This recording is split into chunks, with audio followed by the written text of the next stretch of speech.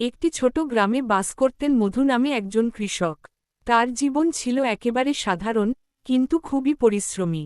প্রতিদিন ভোরবেলা উঠে মাঠে চলে যেতেন তিনি।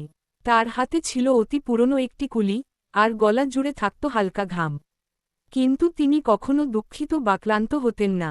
কৃষক মধুর দিনটি শুরু হতো জমিতে বীজ বপন দিয়ে, এবং সারা দিন কষ্টকর কাজ করেই শেষ হতো। রোদ, বৃষ্টি কিংবা শীত, কোনো কিছুই তাকে থামাতে পারত না।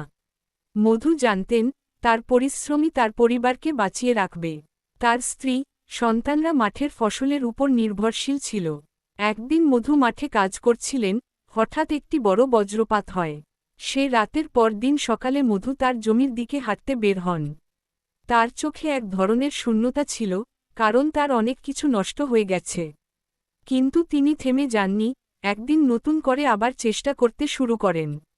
মধুর জীবনে কঠিনতা ছিল, তবে তার অন্তরে এক ধরনের স্থিরতা ছিল, যে স্থিরতা তাকে আবার উঠে দাঁড়াতে সাহায্য করেছিল।